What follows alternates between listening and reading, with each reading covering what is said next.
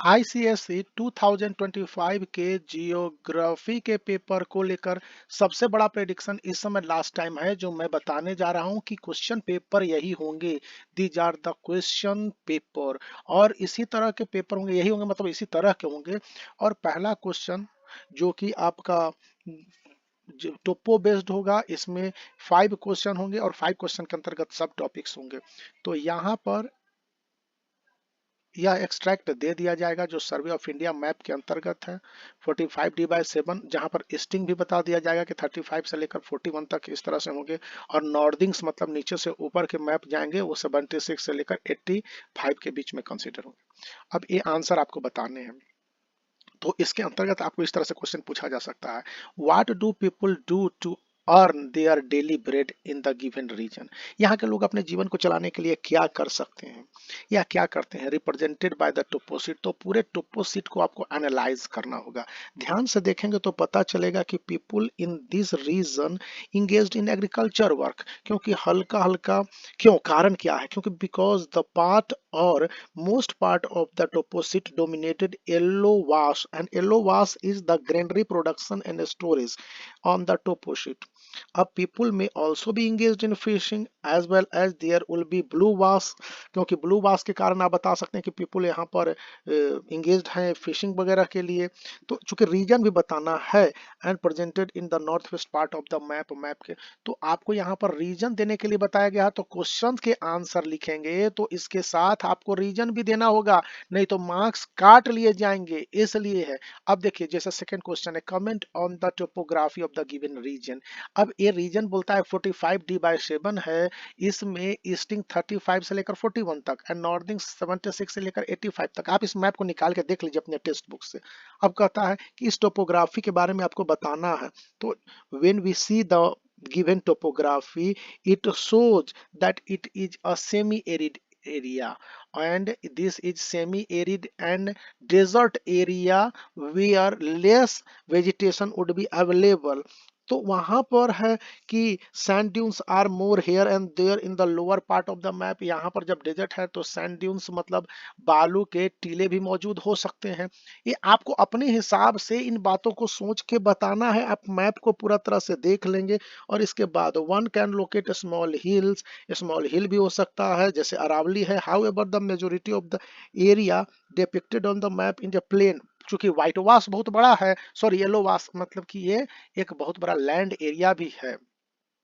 अब question number 2 देखिए, करा कि comment on the only river found in the given region. इसमें एक रिवर है तो आपको रिवर लोकेट करना होगा। रिवर चूंकि रीजनल है तो ये हो जाएगा, चूंकि डेजर्टेड एरिया है तो सीजनल रिवर हो जाएगा, परिनियल नहीं हो जाएगा। और यहाँ पर होता है कि expose to bad representation as there is black dot. Black dot का मतलब है कि ये कुछ समय के लिए सूख भी जाता है। और लेकिन इसी मैप को देखेंगे तो ब्लू वाश भी है, यानी कि कुछ एरिया में पानी है, तो यानी कि परीनियल वाटर सोर्सेज हैं। और परीनियल वाटर सोर्सेज होने के बाद यहाँ पर अच्छी तरह से देखने को मिलेगा कि जो कुछ ग्रिड का भी आप नाम ले सकते हैं जैसे कि 3983 हो गया, वहां पर बैरन लैंड दिखेगा। तो ये पूरा एक ओवरऑल टोपोग्राफी का डिस्क्रिप्शन देंगे। यदि आप देंगे तो फुल मार्क्स मिलेगा, अन्यथा यहाँ पर मार्क्स के कटने का डर बना रहता है। Why do some streams in the south not join the main river? अब देखिए एक रिवर तो यहाँ पर है ना, ओनली रिवर, तो इस ओनली रिवर से कुछ स्ट्रीम भी है लेकिन वो क्यों नहीं जुड़ पा रहे हैं। तो अभी मैंने बताया कि the river is seasonal. Second, this is semi और arid area where most part is land but desert और shadow of desert everywhere there are sand dunes. So these streams when flow towards the river it becomes invisible in the sand dunes। sand dunes में ये खत्म हो जाते हैं। और यहाँ पर है they are not able to join themselves the main river as they are absorbed into the sand dunes और they disappear। तो अब disappear हो जाते हैं। अब यहाँ पर 6 फिगर सॉरी ये क्वेश्चन है, the need for water of the resident, यहाँ पर लोग रह रहे हैं, यानी कि यहाँ पर लोगों का हाउस भी है और एग्रीकल्चर वर्क भी कर रहे हैं, येलो वास से और ब्लू वास से परमानेंट वाटर सोर्स भी है। तो ये chiefly fulfilled by which source, तो इनके वाटर को एक तो रिवर है, फिर परमानेंट या पेरिनियल वाटर सोर्सेज है, इनसे इनका काम चल जा रहा है। तो आप इस तरह से देखेंगे और आप बता देंगे कि सीजनल टाइम में वो वाटर को स्टोर कर लेते हैं। बहुत सारे इस तरह से उन्होंने टेक्निक डेवलप किए हुए हैं। और उसके अलावा एक चश्मा भी है, चश्मा कहने का मतलब है कि मेरा वाटर सोर्स भी है डेजर्ट के बीच में। फिर सिक्स फिगर ग्रिड रेफरेंस बताना होगा, 207 एंड 186 में, तो इसको आप देख लेंगे और इसके हिसाब से मैंने इसको करवा भी दिए हैं अपने एक मैप में।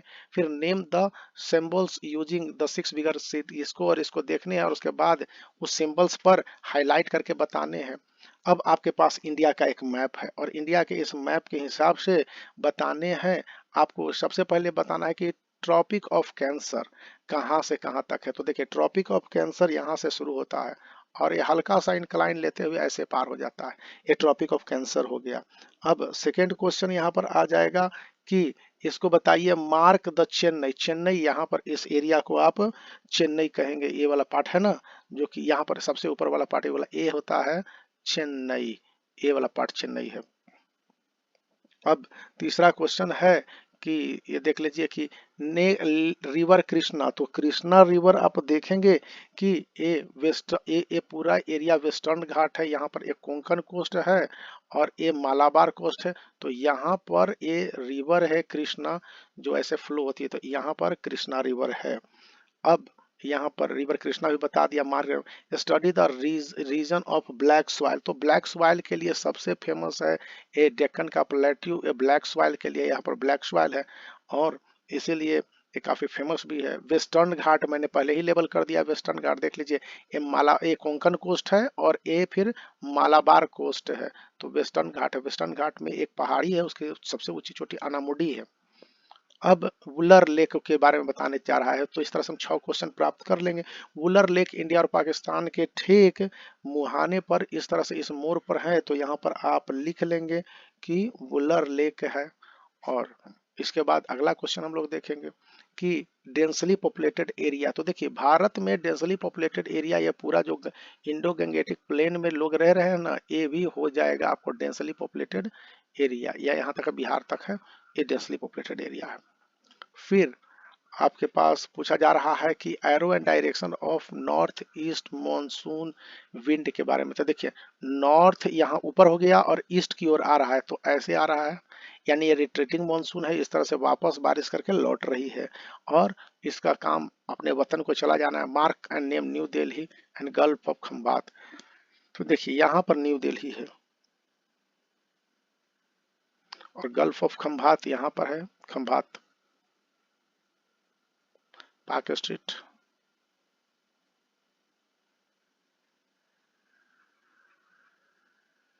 तो इस तरह से आप मैप को भी लोकेट करेंगे और गल्फ, इस तरह से आपके पास क्वेश्चन के आपको आंसर मिल गए और आपके पूरे हो गए 20 मार्क्स। अब 30 मार्क्स की ओर बढ़ना है। 30 मार्क्स की ओर बढ़ने के लिए कहा जाएगा कि which of the following is correct set है। और वाटर बॉडीज जो साउथ वेस्ट मानसून में रहता है, तो Arabian Sea, Bay of Bengal and Indian Ocean. तो ये सही है कि इंडियन ओशन की मदद से ये अरबियन सी और बे ऑफ बंगाल तक जाता है, ये सही है पहला पॉइंट। अब यहाँ पर कहता है विच of the following crop is suitable for growing laterite soil, तो लेटराइट सॉइल के लिए कौन सा फसल हो सकता है। तो यहाँ पर कैश्यू नट सबसे फेमस होता है, बाकी कोई चीज नहीं हो सकता है। अब third number question, with reference to the Indian forest consider the following, Bharat में क्या क्या आप सोच सकते हैं। तो यहाँ पर है कि ये tropical moist deciduous forest sandalwood होता है। फिर यहाँ पर एक और चीज देखते हैं कि ट्रॉपिकल ड्राई डेसिडियस फॉरेस्ट साल्टिक को बाहर ये रखता है, इसका काफी इंपॉर्टेंस है। तो 1 एंड 2 जहां पर है ये आपको सही आंसर होगा, थोड़ा सा ध्यान देना है ऐसे question. Why has Thar desert developed into desert, Thar desert क्योंकि ये अरावली है, पैरेलल है साउथ वेस्ट मॉनसून का, तो वो उधर उसके उधर साइड में रेन साइड साइड बना देता है, रेन साइड साइड। अब देख लीजिए क्वेश्चन नंबर 5 है, what is the main reason for the red colour of the red soil. तो रेड सॉइल का रेड कलर का कारण है कि यहाँ पर फेरिक ऑक्साइड मौजूद होता है, मैग्नीशियम, ह्यूमस और फास्फोरस से कुछ नहीं होगा। अब एसर्शन देख लीजिए कि एसर्शन क्या कह रहा है, एसर्शन कह रहा है कि tree in tropical desert have stunted growth. और अब कह रहा है कि they suffer from nutrition deficiency dehydration due to arid conditions. तो अब इसको आप ध्यान से देखेंगे तो पाएंगे कि दोनों सेंटेंस सही है, लेकिन यहाँ पर ए और आर आपके पास दोनों सेंटेंस सही है, लेकिन आर जानते हैं ज़्यादा करेक्ट एनालिसिस को बताता है, क्योंकि वो इंसान काफ़ी डिटेल में रहता है, तो इसको समझ लेना है। तो इसलिए A N R are correct, और उसमें से ए आर है जो कि एक्सप्लेनेशन है, ए का करेक्ट एक्सप्लेनेशन है। अब कहता है which irrigation method is the most efficient in terms of water conservation. Water conservation के लिए कौन सा सबसे अच्छा माना गया है या सबसे बेहतर माना गया है। तो ड्रिप इरिगेशन, इसमें वाटर वेस्टेज नहीं होता है और सभी तक पानी पहुंच जाता है। Parvati valley and Durga valley are two experienced project in. तो ये पार्वती वैली यहाँ पर है, ये वाटर प्रोजेक्ट है, ये प्लांट पॉइंट प्रोजेक्ट तो वाटर प्रोजेक्ट के लिए है, ठीक है ना।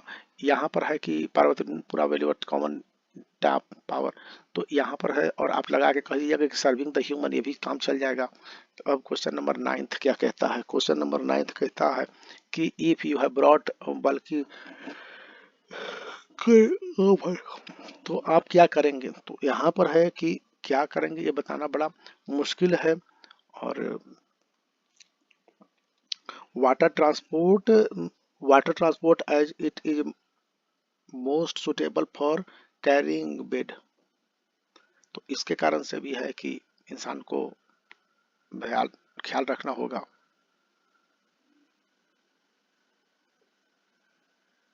अब यहाँ पर एक पिक्चर दे दिया गया है और इसके आधार पर आपसे क्वेश्चन पूछा जाएगा। पिक्चर समझ में आ रहा है। अब यहाँ पर पूछ रहा है कि बर्निंग वर्निंग समझ में आ रहा है। अब देखिए पार्ट 2 में क्वेश्चन का आंसर बनाने का तरीका है। जैसे कि क्वेश्चन है कि Misha went to new Delhi and was no character in fools. तो इस तरह से अब आप देखेंगे तो इसका आंसर है कि western disturbance is an extra tropical region है। तो ये आप को देखेंगे कि मीशा और अर्चना के बीच में बातचीत हो रही है, और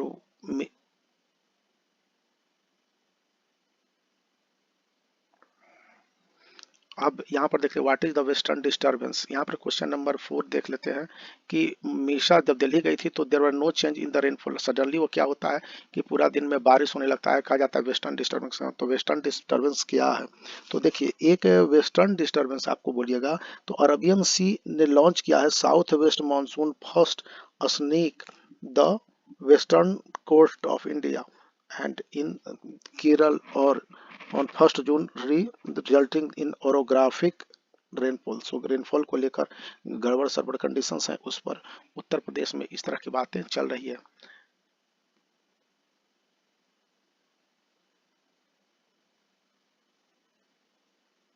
तो आप इसी तरह से आगे भी सॉल्व कर सकते हैं। देखिए गिव रीजन देने के लिए होगा कि Chennai has a lower annual range of temperature. तो आप इसको देखेंगे तो पता चलेगा कि चेन्नई एक्सप्रेस करता है इक्वेटेबल and oceanic climate because of that